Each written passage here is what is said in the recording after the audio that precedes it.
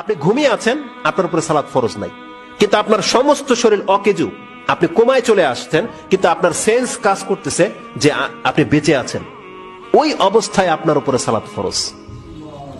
আপনার হাত চলে না, পা চলে না, সেজদা মাফ, রুকু মাফ, বৈঠক মাফ, ইশারা মাফ, সব মাফ। শুধুমাত্র আপনার সংকল্প চলবে যে আপনি এখন সালাতে আছেন, আপনি এখন তাকবীর পাঠ করলেন, আপনি এখন রুকু করলেন, আপনি এখন সেজদা করলেন, শুধু চোখের ইশারা চলবে, আর কিছুই চলবে না। ওই অবস্থায় আপনার সালাত মাফ করা হয়নি। আপনি অপবিত্র, আল্লাহ বলছে এটা দেখার দরকার নাই। আপনার পোশাক নাই, আল্লাহ বলছে দেখার দরকার নাই। তুমি জাস্ট নিয়ত করে শুয়ে থাকো যে তুমি এখন সালাতে আছো, এখন যোহরের ওয়াক্ত চলতেছে, এখন আসরের ওয়াক্ত চলতেছে। এটা যদি হয় সালাত, আর ওই অবস্থায় কিন্তু আপনার ঈমান মাফ নাই। ওটা যেমন ঈমান, আপনি মুসলিম তখন ফিল হবে, ওই অবস্থায় আপনাকে সালাত পড়তে হবে। এটা হচ্ছে সালাতের মর্যাদা। এটা বুঝে নেওয়ার পরে আপনি তো অসুস্থ অবস্থায় সালাত ছাড়তে পারেন না। রাসূলুল্লাহ সাল্লাল্লাহু আলাইহি ওয়াসাল্লাম থেকে কথাটিকে ইমাম বুখারী রাহিমাহুল্লাহ এইভাবে এনেছেন। তিনি একটা পর্বই কায়েম করেছেন, 12 নম্বর অধ্যায়, সালাতুল খাউফ, ভয়ের সময় কিভাবে নামাজ আদায় করতে হয়। সেই জায়গায় তিনি 2 নম্বর পর্বটাকে এটা করেছেন, বাবু as-সালাতুল খাউফে রিজালান ওয়া রুকবানান।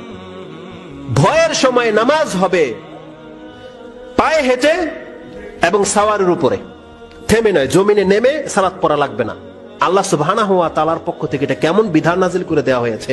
আপনি সব থেকে শ্রেষ্ঠ ইবাদত কায়েম করতেছেন জিহাদ, আপনি অস্ত্র চলতেছে, সামনে শত্রু কাফেরকে হত্যা করছেন, আর রাসূল বলতেছে যে ওই অবস্থায় নামাজ সময় হয়ে গেলে তোমার নামাজ মাফ নাই।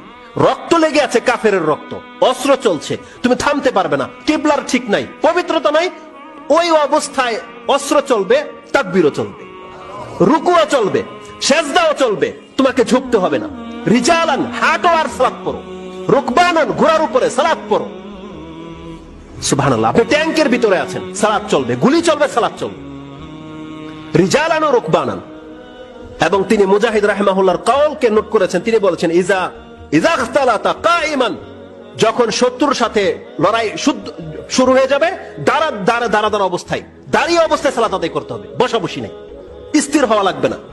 এবং আব্দুল্লাহ ইবনে উমর রাদিয়াল্লাহু তাআলা তিনি রাসূল সাল্লাল্লাহু আলাইহি ওয়াসাল্লাম থেকে হাদিস কোট করেছেন যে আনিন নবী সাল্লাল্লাহু আলাইহি ওয়াসাল্লাম ক্বালা ওয়া ইন কানা আকসারু মিন যালিক, যদি শত্রুর সংখ্যা বেড়ে যায়, তোমাদেরকে যদি জমিনে দাঁড়িয়ে সালাত আদায় করতে না দেয়, ফালিউসাল্লু কিয়ামান ওয়া রুকবানান, তাহলে সে দাঁড়িয়ে থেকে সালাত পড়বে, দৌড়বে আর সালাত পড়বে, সে তার ঘোড়ায় চেপে সালাত পড়বে, সে তার যানবাহন থেকে সালাত আদায় করবে।